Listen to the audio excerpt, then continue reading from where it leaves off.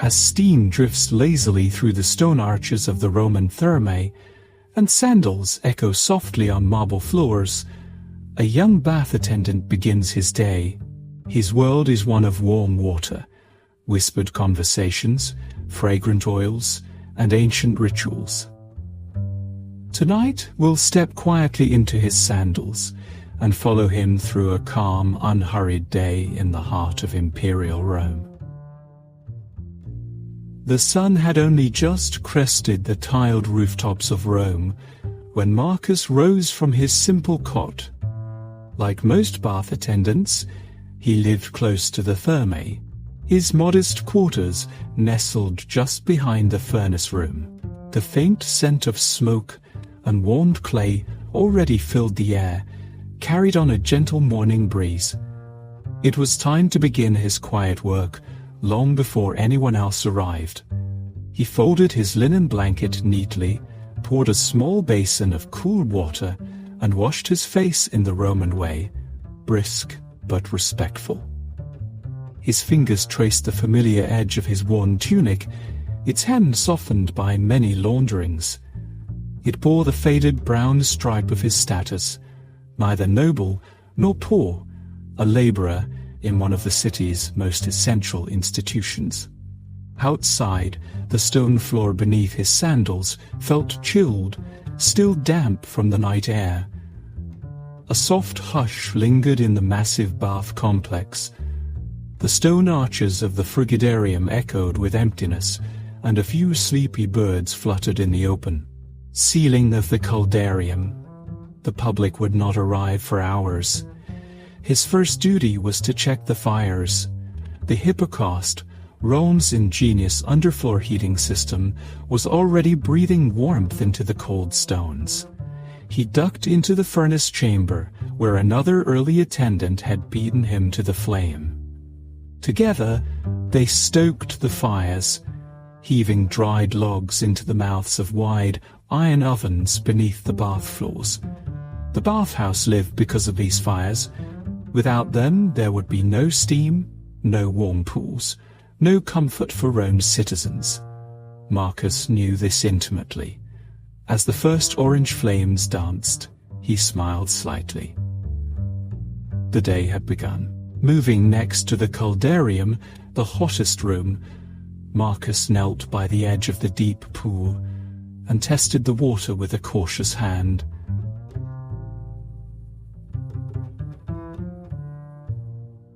Still warming. It would take time. He turned and walked briskly through the echoing chambers, his tasks laid out like a familiar prayer. He opened the storage cupboards to check. The oil jars, filled with olive oil, myrrh, and rosewater. These would later be used by both bathers and masseurs. He inspected the strigils, the curved metal tools used for scraping oil and dirt from the skin. Each one was cleaned the day before, but he wiped them again, lovingly, as if they were silverware in a noble's home. By the pools of the tepidarium, the warm room, he began to light the tall oil lamps that hung from bronze hooks. Their soft glow flickered against the mosaic walls, images of Neptune, dolphins, and nymphs dancing through shifting light.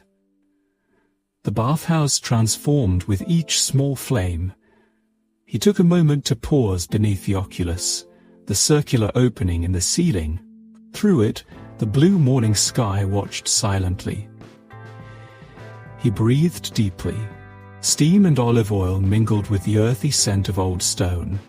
It was his favorite moment of the day. In the dressing rooms, the apoditerium, Marcus arranged the seating benches, smoothed the cushions, and swept away a few stray leaves that had drifted in through the open archways. The lockers, known as loculi, were checked to ensure none had been left locked from the day before. He carried baskets of fresh linen towels from the laundry and set them in their rightful place. No one would see this part of his work. The senators, merchants, and scholars who would later recline in these halls cared only that things were perfect. And perfect they would be. A bell echoed from the front atrium, a signal from the steward. Soon, the porters would open the great doors and the public would begin to flow in. The morning calm would give way to conversation, laughter, debate, and the clatter of sandals on marble. But for now, for just a few more minutes, Marcus stood still in the center of the great Roman bathhouse. His work had set the stage for the rituals of the day. In the silence, warmed by fire and ancient stone, he felt like the guardian of a sacred temple. Calm before the cleansing. As the morning advanced, the bathhouse began to shift. The quiet peace of the early hours gave way to subtle motion. Doors creaked open, footsteps echoed in the atrium, and the scent of perfumed oil began to rise into the warm air. Marcus heard the low murmur of voices as the first visitors arrived. It was always a small trickle at first: merchants, old senators, retired soldiers, men who preferred the tranquility of early bathing to the bustle of midday. Marcus straightened his tunic and moved quickly to his post near the apoditerium, the changing room. Here, he greeted each guest with a slight bow, offering a linen wrap or helping to secure valuables in the wooden loculi, the small cubbyholes built into the walls. Wealthier bathers brought their own slaves to assist them, but many relied on the attendants for help. Marcus had a gentle, discreet touch that earned him a quiet reputation among the regulars. He recognized most of the faces. There was Lucius, the baker, who always arrived just after dawn, still dusted with flour.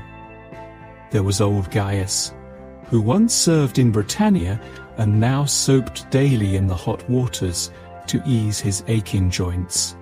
And there was Flavius, a merchant with dyed robes and the smell of foreign spices about him, always chattering about shipments and tariffs. As each man undressed, Marcus handed them a small jar of oil and a bronze strigil, the curved tool used to cleanse the skin. The ritual was familiar to all. Oil was rubbed into the body to loosen dirt, then scraped away with the strigil before bathing. Marcus ensured that every item was clean and warm, his movements practiced and quiet. Soon, the bathers made their way deeper into the complex, some to the tepidarium, where they would recline on heated benches and let the warmth prepare their muscles for the hotter baths.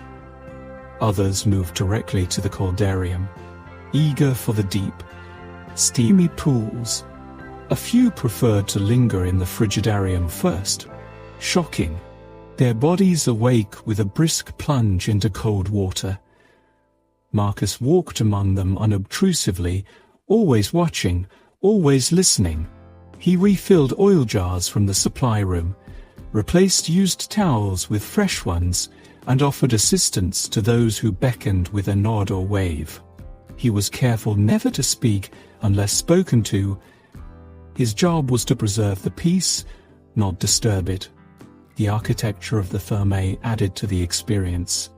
Light streamed in through high openings in the domes above, casting shifting patterns across the stone floors. The echo of splashing water mixed with the occasional low murmur of conversation. Mosaic tiles depicted gods and sea creatures beneath their feet, and marble statues watched silently from the corners of each chamber. In the tepidarium, Marcus adjusted the bronze braziers to keep the room at just the right warmth. He moved silently through the corridors, offering a damp cloth here, retrieving a fallen sandal there. Each small act helped maintain the harmony of the space. He paused for a moment outside the Laconicum, the dry, hot, sweating room.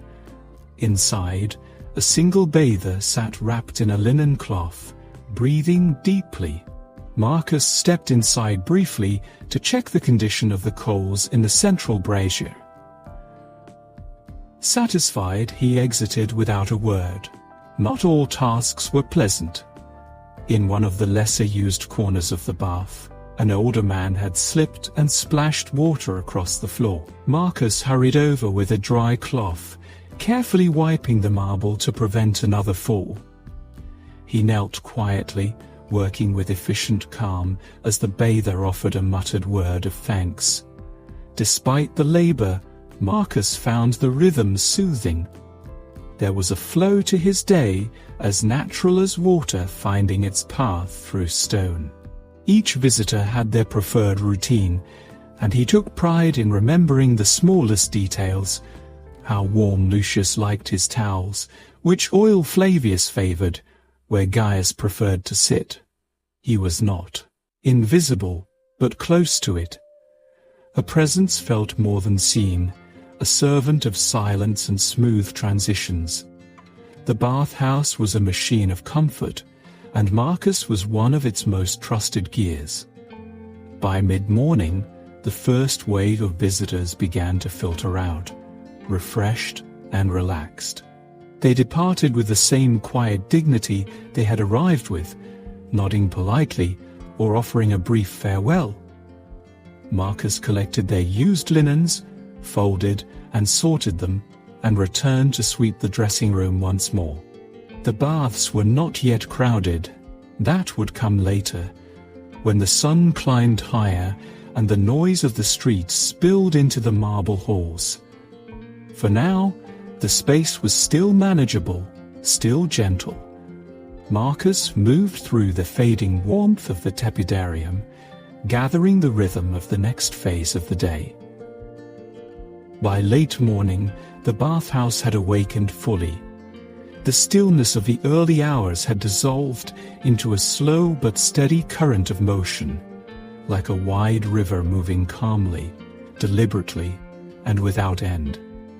Voices now hummed softly through the halls, muffled by steam. Water splashed gently from marble pools. Footsteps padded across wet stone, and the ever-present hiss of the hippocaust whispered beneath the floors. For Marcus, this part of the day was both the most delicate and the most rewarding. Each chamber now worked in unison. The tepidarium, gently warming bodies in preparation. The caldarium, thick with steam and heat. And the frigidarium, a cold sanctuary for the brave. Bathers moved among them in a kind of ritual flow, guided by comfort, mood, or even superstition. Marcus moved with them, but always just behind. He was the quiet hand adjusting a towel, the soft footstep clearing a path, the silent observer who knew, without being told, when a visitor wanted assistance and when they wanted to be left alone. He made his rounds first to the caldarium, where the steam rose like clouds from the deep-heated pool. The marble seats around the perimeter were already occupied by sweating bodies reclined in repose. Some men whispered business deals into the mist, while others sat in silence, eyes closed, letting the warmth seep deep into their bones. Marcus took a long-handled ladle and added more water to the heated stone slabs lining the walls. A fresh surge of steam rose in response, swirling like incense around the sculpted busts of Roman gods. The bathers barely stirred. They were used to this rhythm. He noticed a newcomer, a younger man clearly unused to the intensity of the heat. His face was flushed, and he seemed uncertain whether to sit or stand. Marcus approached quietly and offered a damp cloth soaked in rose water. The man accepted it gratefully, pressing it to his forehead with a nod of thanks. Marcus then moved away, letting the silence reclaim the space. Back in the tepidarium, the temperature was softer, the light gentler. This was a place of transition, a pause between extremes. Here, Marcus replenished the oil bowls and placed fresh towels, folded neatly on the marble benches. The floors were slightly damp beneath his sandals, and the warmth from the hippocaust curled up through the stone, keeping the air cozy and even. He overheard two bathers discussing the upcoming races at the Circus Maximus. Another pair debated the quality of olive oil in the provinces. Conversation was part of the experience, and Marcus respected it as one of the many invisible ingredients that made the baths what they were. Yet he never interrupted. Moving next to the frigidarium, he felt the sudden shift in air. The chamber was cooler, with a rectangular cold plunge pool in its center. The water shimmered like blue glass under the open oculus in the ceiling, and the sound of a sharp splash echoed loudly as a merchant leapt in, gasping at the chill. Marcus smiled softly. He'd seen the same reaction countless times. He stepped to the edge and checked the water level, then replaced a few scattered towels and retrieved a bronze cup someone had left on the stone bench. His movements were calm and practiced. There was no need to rush here. The rhythm of the baths taught patience. In a small alcove near the massage room, Marcus found a shelf of clay pots, each containing perfumed oils, lavender, rosemary, and bitter orange. He opened them one by one, ensuring none had spoiled or thinned. The scents mixed with the ambient warmth and clung gently to his skin. Then came the brief lull. This part of the morning, just before the midday crowd, offered a rare moment of pause. The fires were steady, the water levels perfect, and the bathers settled into their routines. Marcus leaned for a moment against a marble pillar, watching the dance of reflections. On the pool's surface, the play of light and water mesmerized him. He remembered how, as a boy, he used to sneak into the baths after hours just to sit by the pools and watch the world soften into gold. Even now, he felt that same peace. He knew the baths better than he knew his own family. He knew how the marbles sweat in the afternoon sun, how the echoes changed pitch when the water level dropped, how the steam curled more dramatically when the weather outside was dry. Every stone, every pool, every scent and shadow, he carried them all in his senses. This wasn't merely a job. It was a way of life. A movement in the distance caught his eye. A young attendant, newer to the staff, had accidentally spilled a bowl of oil near the coldarium entrance. Marcus moved quickly, but without panic. He retrieved a cloth, knelt beside the mess, and wiped the marble clean before it could become a hazard. He said nothing to the younger boy. There was no reprimand, only a small nod to show it was done. The rhythms of heat and water had no room for harshness. As the faint sound of the street outside filtered in, vendors shouting, carts rolling over cobblestones, Marcus returned to his circuit. There were towels to fold, sandals to gather, and the slow, sacred tempo of the bathhouse to maintain. Outside, the world rushed and roared. But here, within these ancient halls, the rhythm remained unchanged. Heat, water, silence, and the careful hands of those who understood the art of calm. While the grandeur of the Roman baths dazzled visitors above, Marcus knew that much of the magic happened out of sight, below the marble, behind the columns, and deep in the veins of stone and smoke. Beneath the surface lay a hidden world, humming with heat and labor. It was here, in the dark, furnace-warmed corridors of the hippocaust, that the lifeblood of the baths truly flowed. After ensuring the bathers were comfortable and the rooms stable, Marcus slipped away from the main halls and descended a narrow stairway behind a curtained arch. The temperature shifted quickly, warmer, closer, and filled with the earthy scent of ash and clay. Shadows danced along the low walls, thrown by the flickering light of torches mounted in iron brackets. The hypocaust system, Roan's ingenious method of underfloor heating, was a marvel even to those who worked among its bricks every day. Raised on stacks of stone or ceramic pillars called pilae, the floors of the caldarium and tepidarium allowed hot air and smoke to circulate underneath, warming the rooms above. The furnace, or prefernium, fed this system continuously, day and night, flame after flame. Marcus walked the length of the tunnel carefully, ducking where the ceiling pressed low. The furnace fires blazed at the far end, where two stokers, sweaty, soot-streaked men, fed logs into the glowing mouths of the ovens. Their arms were black with soot, their tunics damp from effort. Despite the heat, they worked with steady rhythm, feeding the heart of the bathhouse with unwavering care. He greeted them with a respectful nod. These were not attendants seen by the upper classes, but they were essential guardians of the invisible warmth.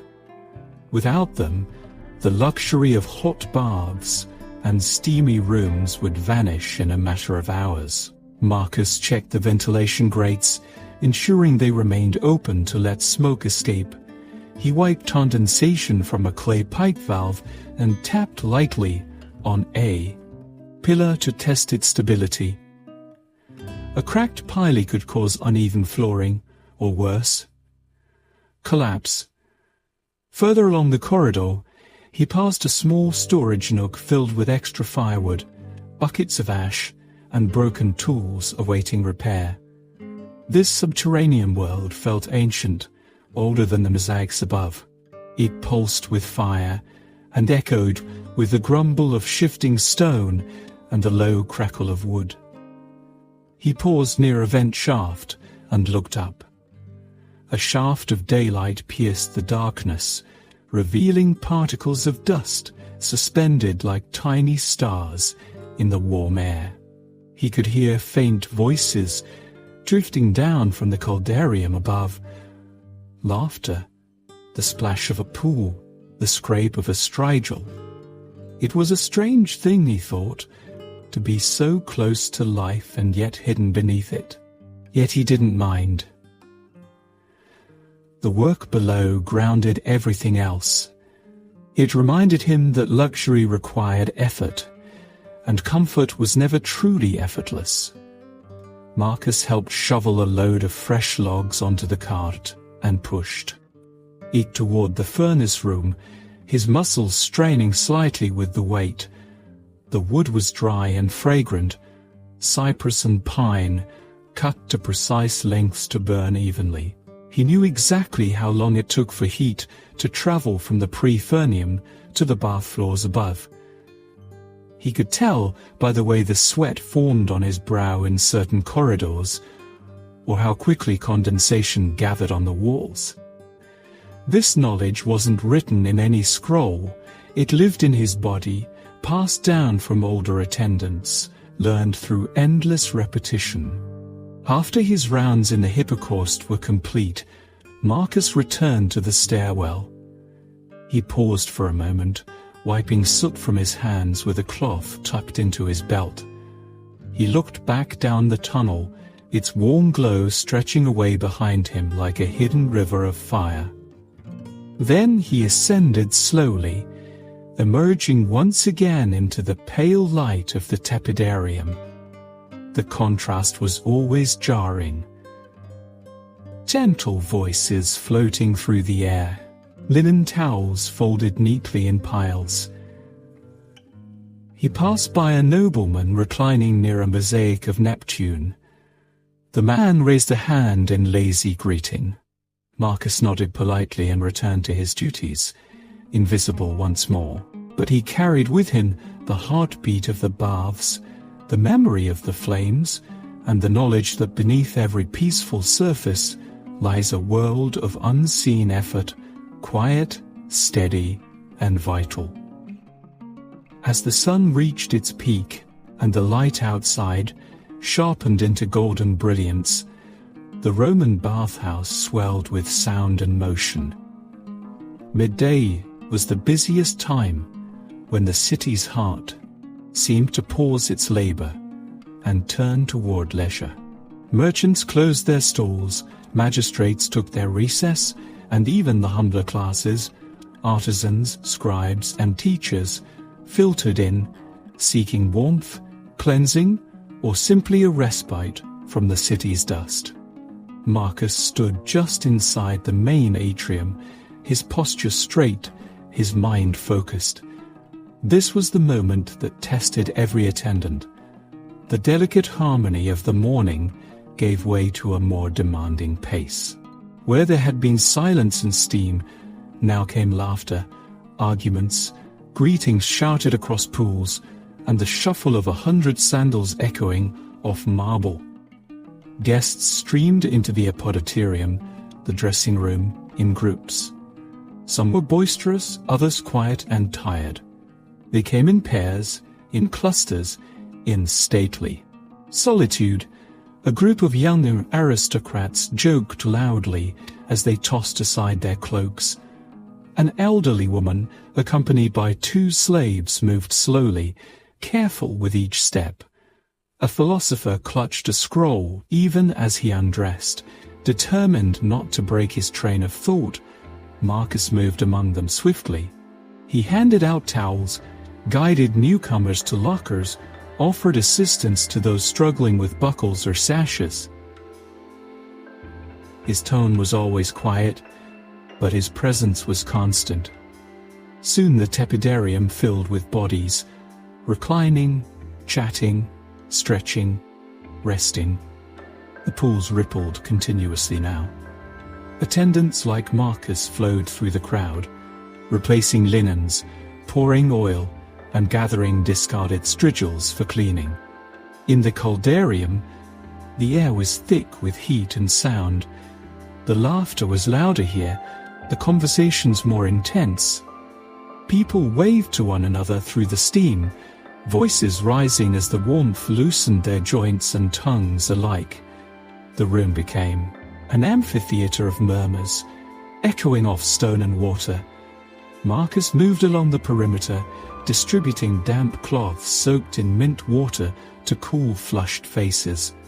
A magistrate beckoned him over and asked for assistance, adjusting a bath stool near the deeper section of the pool.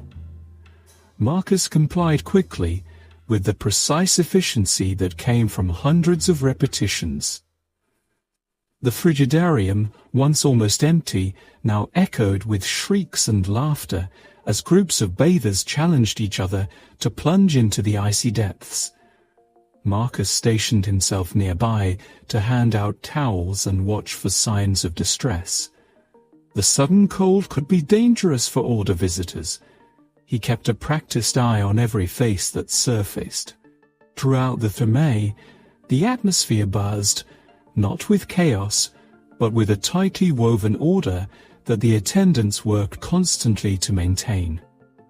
Every bath, every oil jar, every floor tile had to be monitored and adjusted. Marcus coordinated with the junior attendants, using small gestures and glances. A nod meant fresh water was needed. A flick of the fingers meant oil was running low.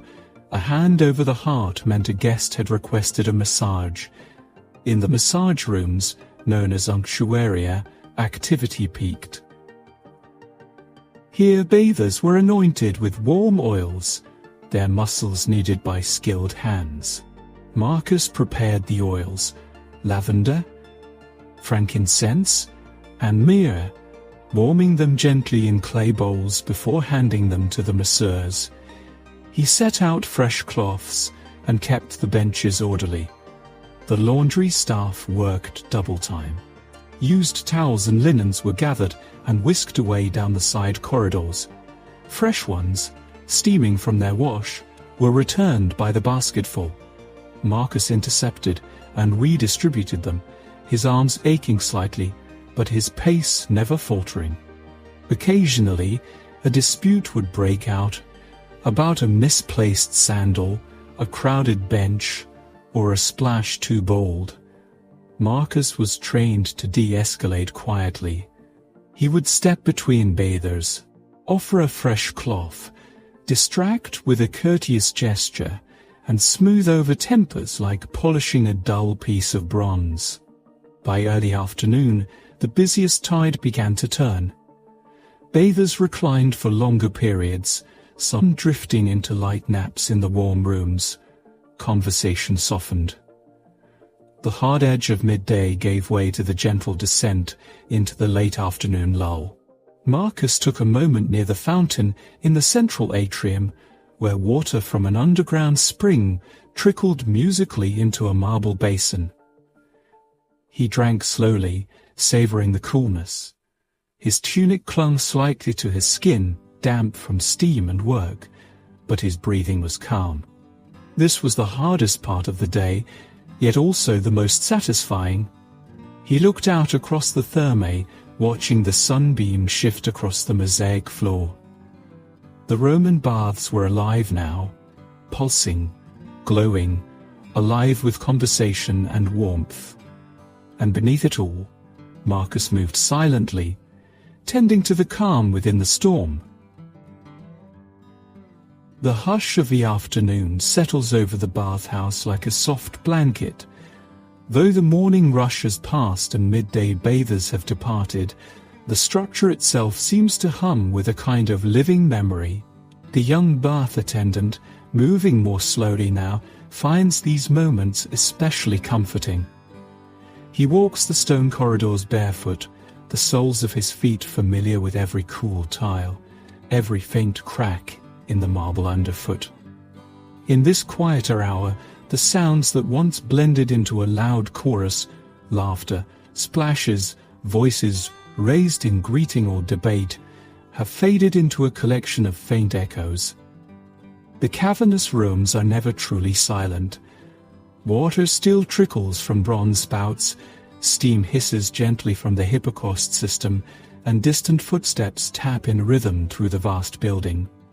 He pauses near a familiar statue, a carved likeness of Minerva, goddess of wisdom, seated calmly with her owl beside her.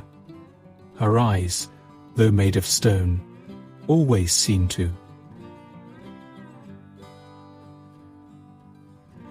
Follow him. He places a fresh wreath of laurel at her feet, as he's done many times before.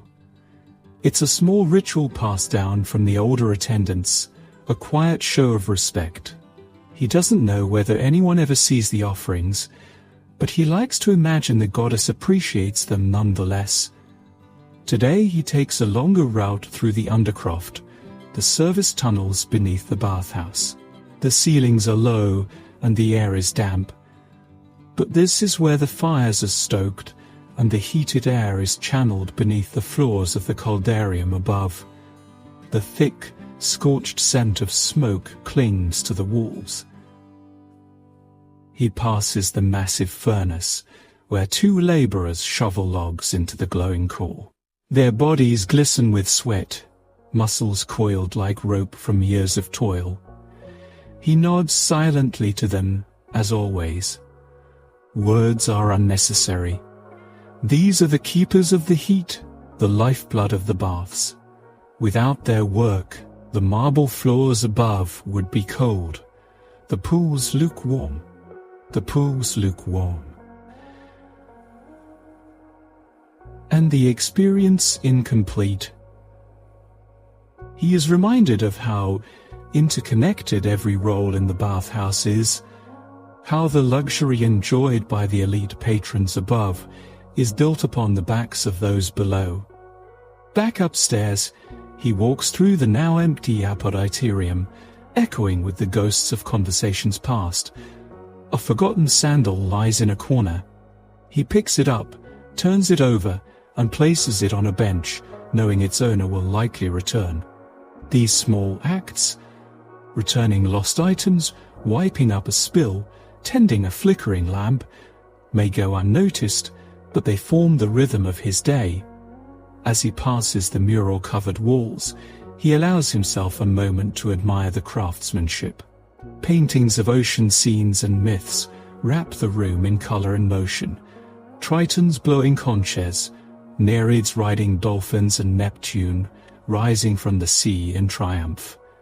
Each time he walks past, he sees something new.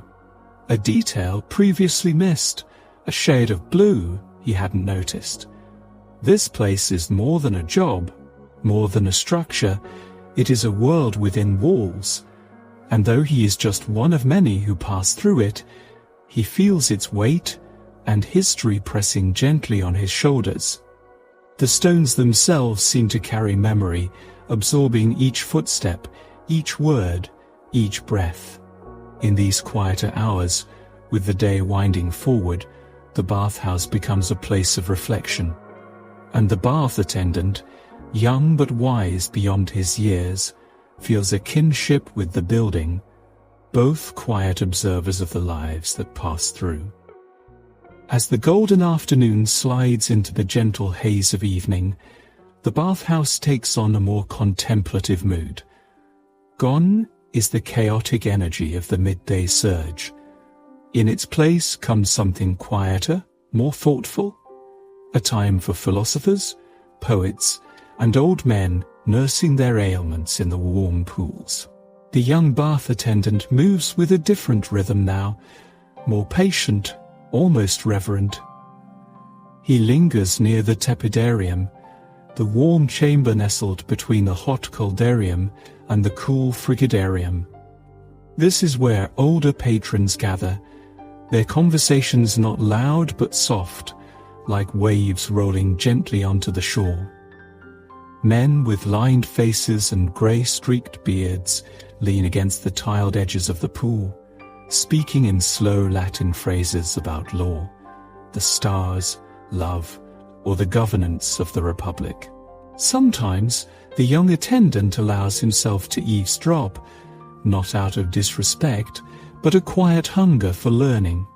He hears one man quoting Cicero, another challenging him with a verse from Seneca. Occasionally, someone notices him and smiles or offers a proverb, one old scholar, seeing the youth pass by, once said, "Even the quietest among us carries a library inside." The attendant never forgot those words. In the reading alcove, a semicircular room draped with red curtains and lined with scroll shelves, a senator and his friend sip watered wine while listening to a recitation of Homer. A paid orator stands under an oil lamp, voice slow and measured. The attendant moves quietly in and out, lighting more lamps and trimming wicks, careful not to disrupt the cadence of the verses. The air smells of aged parchment and lavender. Later, he finds himself summoned to the private chamber of a matron, an older noblewoman who frequents the baths not only for their comfort, but also for quiet companionship. She doesn't speak much, just gestures toward her sandals or asks for a bowl of water to be poured over her shoulders. But in those silent moments, she often stares into the distance, as though reliving memories only she can see. He respects the space she inhabits and never asks questions. As twilight deepens, the bathhouse becomes a place of gentle revelations. Some patrons come to soak away pain, others to share ideas, and a few simply to remember. And the young attendant, always nearby, but never in the way, absorbs it all like the worn stone beneath his feet. It is during this time that he feels closest to the soul of the place. The noise and duty of the day have faded, and all that remains are human thoughts, whispered stories, and lingering warmth. This is a sacred hour, not because of rituals or ceremony, but because of the honesty it allows. He lights another oil lamp, places it gently in a carved niche, and watches the flicker dance against the stone. Somewhere, an old man chuckles at a remembered joke.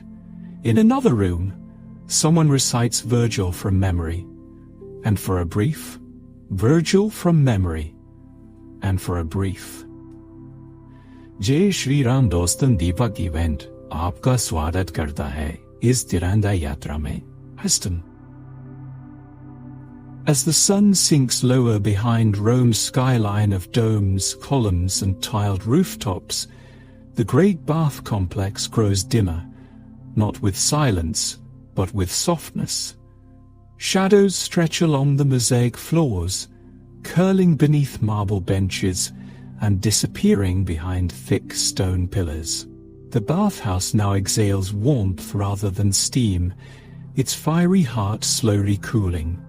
For the young bath attendant, this is a time of transition, not quite ending, but not entirely beginning. The day's major labors are behind him, the water drawn, fires tended, oils applied, and towels collected. But the evening requires a gentler kind of presence, a lighter touch, a quieter rhythm. He begins by walking the perimeter of the perfuming chamber, where long cedarwood tables are lined with small clay bottles. Inside them are fragrant oils, myrrh, rose, spikenard, cinnamon, and frankincense, their scents softening the air like whispered lullabies. He wipes each jar, ensures none are empty, and occasionally inhales the delicate aroma of one blend or another. Some oils are mixed on the spot for particular clients. A widow prefers crushed lavender, while a poet favors sandalwood and pine. In the changing room, piles of used linens are gathered neatly. He folds and stacks fresh towels, each one still warm from the drying racks. The marble floor beneath his feet is cool now, and he can hear the faint echo of dripping water from distant chambers. Every sound is magnified in the quiet. The soft creak of a sandal, the distant closing of a wooden door, the flutter of a bird settling on the outer windowsill. Tonight, a singer performs in one of the larger rooms. Her voice floats through the corridors, weaving through the scented air. The bath attendant pauses beneath a torchlit archway to listen. The song is in an older tongue, perhaps Etruscan or Greek, its melody haunting and bittersweet. He cannot understand all the words, but he feels their weight in his chest. It is a song about time, about endings, and about peace. He watches as the last few patrons leave, some smiling faintly, others limping quietly into the darkened street. He nods in farewell, offering a folded towel or flask of oil when needed. One man, wrapped in a deep blue cloak, touches the boy's shoulder gently and says, "You keep the spirit of this place alive." By the time he returns to the central atrium, only lamps remain, their flames small but determined, holding back the dark. The scent of warm oil, damp stone, and faint smoke hangs in the air, ancient and comforting. And so, in this hour of shadows and scented air, the bathhouse becomes more than a building. It is a sanctuary, a keeper of memories, a place where time slows, and even the smallest acts, folding a towel, lighting a lamp, pouring oil, are full of quiet meaning. As night finally settles over the city of Rome, the great public bath slowly empties. Its pulse, once vigorous with conversation, splashing, and ritual, quiets to a gentle murmur. The marble halls are mostly still now, bathed in amber lamplight, flickering like memories across stone and water. The bath attendant moves with calm purpose. His final duties are not rushed, but performed like the last notes of a psalm. Measured, careful, and complete. He begins by checking each chamber. In the tepidarium, He pours water over the now cooled stones, creating the faintest wisp of steam that rises and vanishes into the arches above. The scent of eucalyptus lingers in the room, a gift left behind by a healer earlier in the day. He gathers the remaining towels and places them in the laundry baskets for morning collection. In the coldarium, the fire beneath the floor has dwindled to glowing embers.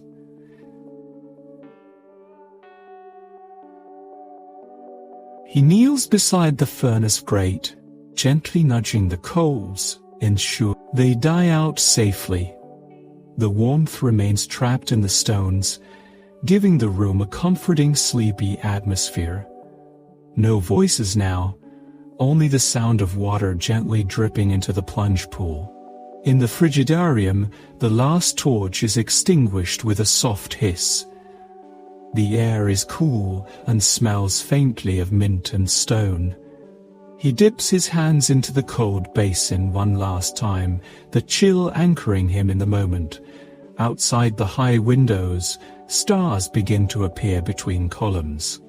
The moon casts silver light across the tiled floor, as if the gods themselves are watching the close of day. He returns to the main atrium, where the last few oil lamps are burning. He carefully extinguishes them one by one, using a small iron cap on a rod.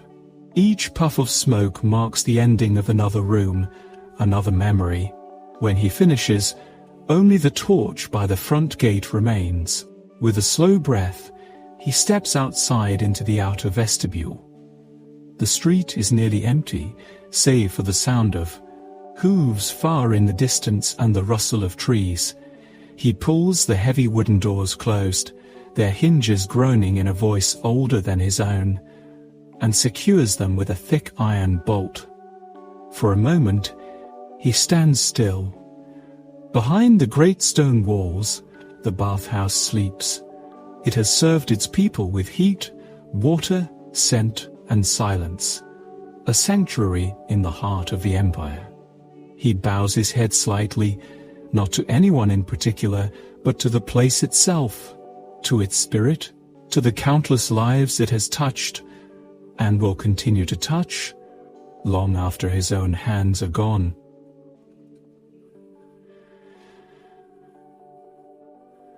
Then he turns and walks into the Roman night, the oil flask at his side, the scent of cedar still clinging faintly to his robe, and the peace of a day well lived in his heart. The bathhouse is now sealed in silence, a great stone sanctuary nestled beneath the Roman sky. As the final echo of the closing door fades into the quiet of the evening, the young bath attendant steps away into the hushed rhythm of the night. The streets of Rome are calmer now, no longer filled with the chatter of merchants or the clatter of sandals.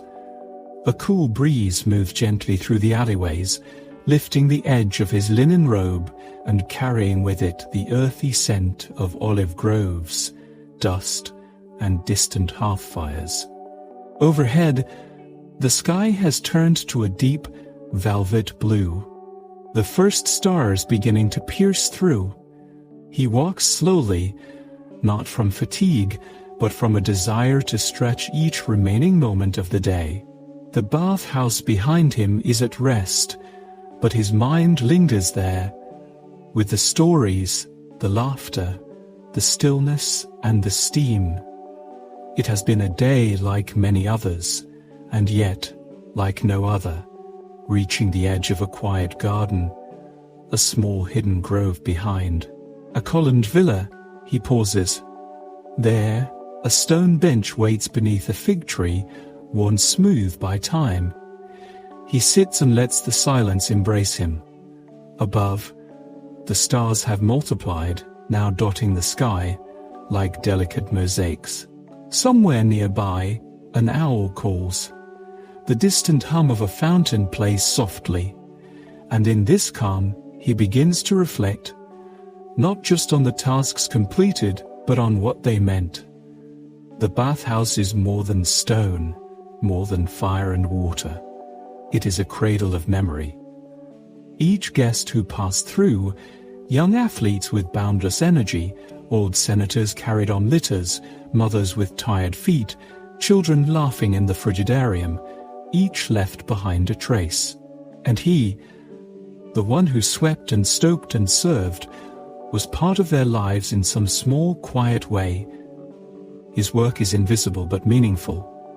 He sees it now more clearly than ever beneath the open sky. He tilts his head back and watches a shooting star streak across the heavens. A small smile flickers across his face. He closes his eyes and breathes in deeply, as if the universe itself is whispering through the fig leaves. Tomorrow, the fires will be lit again, the waters will steam, voices will fill the marble chambers, and feet will echo down tiled halls. But for now, in this still moment, with the city wrapped in twilight and his soul wrapped in gratitude, there is only the hush of night, the warmth left on his hands, and the endless stars above.